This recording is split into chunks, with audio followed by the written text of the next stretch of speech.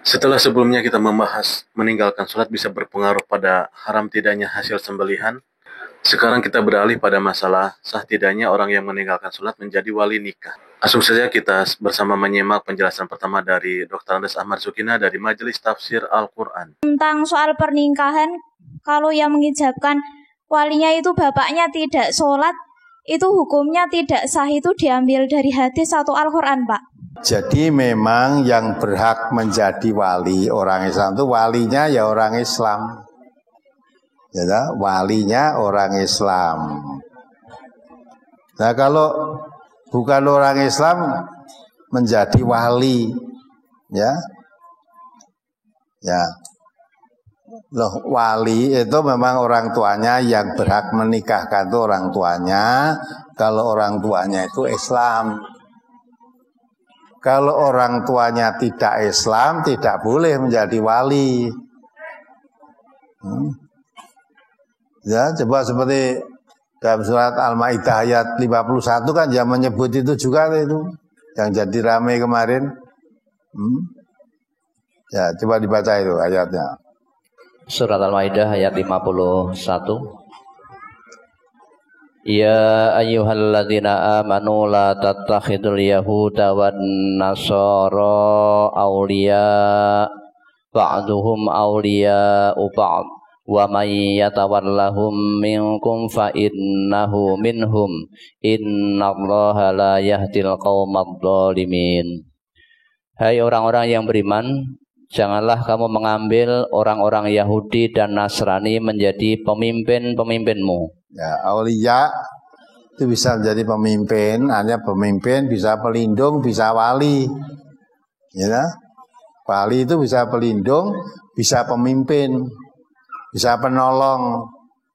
Nah, itu artinya jangan menjadikan orang Yahudi dan orang Nasrani menjadi walimu, menjadi pemimpin, menjadi pelindungmu.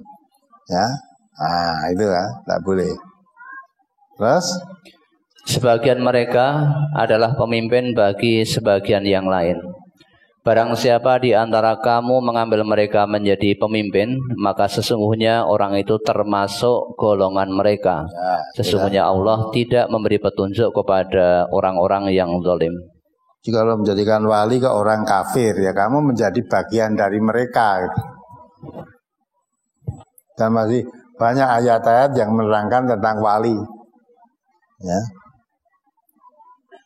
Ya, itu yang kedua apa? Pertanyaan kedua tadi.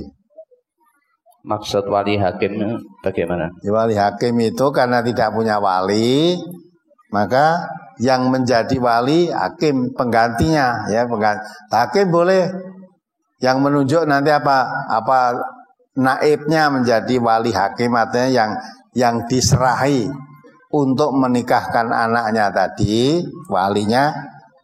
Yang menentukan kalau wali hakim itu pemerintah yang menentukan. Ya, pemerintah. Maka itu apa? Naibnya sendiri atau hakim menunjuk karena tidak ada wali nasab, tunjukkan siapa yang menjadi wali, yang menunjuk itu pemerintah, pengadilan yang ditunjuk untuk menjadi walinya. Nah, karena tidak punya wali, maka walinya boleh wali hakim yang menggantikan. Maka naib itu bisa menjadi wali, itu bisa menikahkan. Yang kedua pandangan dari dai-dai salafi, yang pertama dari Ustadz Amin Nurbais. Saya pernah mendengar ayah yang tidak sholat tidak boleh menjadi wali nikah anak perempuannya karena ayah tersebut dikatakan kafir. Sejauh mana Ustadz dikatakan kafir? Apakah jika ayah tersebut masih sholat Jumat, apa belum dikatakan kafir dan masih bisa jadi wali bagi anak perempuannya tersebut, Ustaz? Nah, jadi banyak orang yang bertanya, sembelian Nasrani itu sah atau tidak? Sah. Sembelian ahli kitab itu sah. Padahal Nasrani kan nggak pernah sholat, nggak pernah Jumatan. Sholat Idul Fitri aja enggak, karena dia Nasrani. Tapi kenapa sah? Sembelian orang yang nggak sholat, Muslim nggak sholat, kenapa tidak sah? Wong Nasrani nggak sholat juga sah. Sementara Nasrani yang nggak sholat, sembeliannya sah.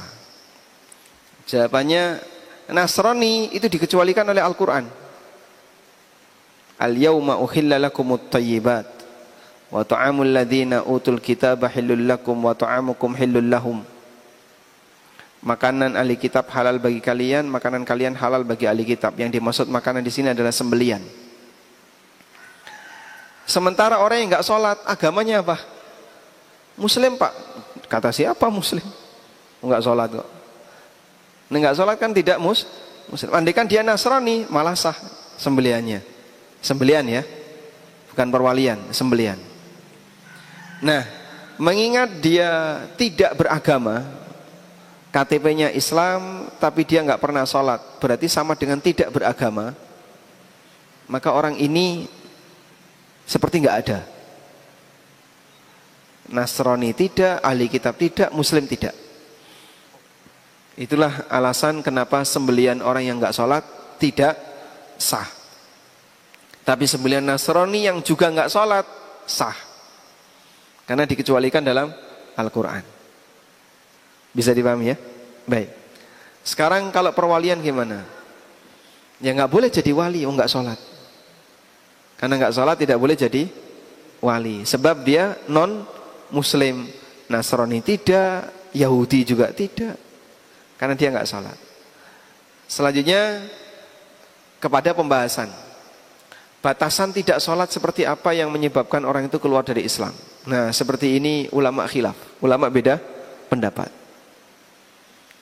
Ada yang menilai selama masih melaksanakan sholat wajib, walaupun sesekali, jadi tidak babar belas, tidak bolong semua, dia masih Muslim.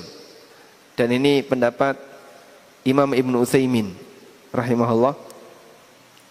Oleh karena itu, dari informasi yang disampaikan, yang bersangkutan masih Jumatan. Wallahu alam, semoga berstatus Muslim. Tapi pelaku dosa besar, dan insya Allah boleh jadi wali. Disambung oleh dai salafi berikutnya, Ustadz Iriawan. Kemudian, bolehkah yang menjadi wali nikah itu adalah orang yang fasik, orang yang tidak sholat, ya? Orang yang tidak sholat karena malas-malasan berarti orang fasik, ya. Maka kita lihat dulu orangnya. Ketika dia tidak sholat, mengingkari kewajiban sholat. Dia orang Islam tapi tidak pernah sholat. Ketika ditanya mengapa Anda tidak sholat, dia mengatakan sholat itu tidak wajib. Dia mengingkari kewajibannya. Maka orang yang seperti ini tidak boleh dia menjadi wali nikah. Ya, tidak boleh menjadi wali nikah. Tetapi kalau dia tidak melaksanakan sholat karena malas-malasan, atau ya karena sepele, tapi dia tidak mengingkari kewajibannya, maka orang yang seperti ini disebut dengan orang fasik. Dan Syekh Muhammad bin Shalih Al-Utsaimin, beliau mengatakan bahwa orang yang fasik tersebut bisa menjadi wali nikah dengan syarat bahwa dia adalah orang yang amanah. Apa maksudnya? Orang itu memang mengetahui akibat hukum dari perwaliannya. Ketika dia menikahkan wanita tersebut dengan orang lain, maka dia bisa melihat, ya, bisa melihat lelaki yang akan dia nikahkan dengan wanita tersebut wali yang bagaimana. Karena sebagaimana kita ketahui tentunya bahwa orang tua, sebejat apapun dia, sejahat apapun dia tidak akan mau menikahkan orang yang tidak baik dengan putrinya. Ini sesuatu yang kita ketahui bersama tentunya. Tidak ada orang tua yang ingin menjerumuskan putrinya ke dalam kehancuran. Maka para ulama rahimahumullah, sebagai yang disebutkan oleh Syekh Muhammad bin Shalih Al-Utsaimin tadi, ya, menjelaskan bahwa wali yang fasik tetap boleh menjadi wali nikah. Maka seandainya ayah kita tidak sholatnya karena malas-malasan, dia tetap bisa menjadi wali nikah. Dengan ketentuan tentunya bahwa orang tua itu tahu tanggung jawab. Ya, apabila orang tuanya adalah orang tua yang sudah bejat, sudah fasik, misalnya kecanduan narkoba, bahkan dia rela menjual putrinya untuk mendapatkan narkobanya, maka yang seperti ini tidak bisa menjadi wali nikah. Yang penting dia tahu maslahat yang terbaik untuk putrinya. Dia nikahkan putrinya kepada lelaki yang terbaik, ya. Maka yang seperti ini boleh dan bisa menjadi wali nikah, ya. Wallahu taala alam. Beralih pada pandangan Ustadz Abdul Somad. Katanya tak berhak jadi wali nikah kalau ayahnya tak pernah sholat. Apa dalilnya Pak Ustaz? La nikaha illa biwaliyin. Tidak sah nikah kecuali dengan wali wa syahidai adlin. Dua saksi yang adil. Wali, saksi yang adil. Adil artinya sholat. Orang yang tak sholat fasik, maka nikahnya tak sah. Itu dalilnya. Maka carilah mertua yang sholat. Adinda, kupinang kau dengan bismillah. Insya Allah bang, datanglah. Ayah kau sholat apa tidak? Ayahku sholat 5 waktu, Jumat aja. Dilanjut pandangan dari Buya Yahya. Assalamualaikum warahmatullahi wabarakatuh. Allahumma salli ala Sayyidina Muhammad wa ala ali Sayyidina Muhammad. Buya, saya mau nanya, apakah boleh sang ayah dari seorang perempuan menikahkan anaknya atau menjadi wali nikah, sedangkan ayahnya tersebut sholatnya masih suka ditinggal-tinggal dan jarang-jarang? Mohon penjelasan Buya. Baik, disebutkan bahwasanya syaratnya seorang bapak menjadi wali adalah dia adalah seorang yang adil syahadah, bukan fasik. Adil syahadah itu orang yang tidak fasik. Fasik itu adalah melakukan dosa gede, dikenal pernah berzina, meninggalkan sholat, judi, atau biasa dengan dosa-dosa kecil. Itu pada dasarnya seperti itu. Kalau ada orang tua seperti itu, dia tidak akan bisa menjadi wali menurut pendapat para ulama yang dikukuhkan.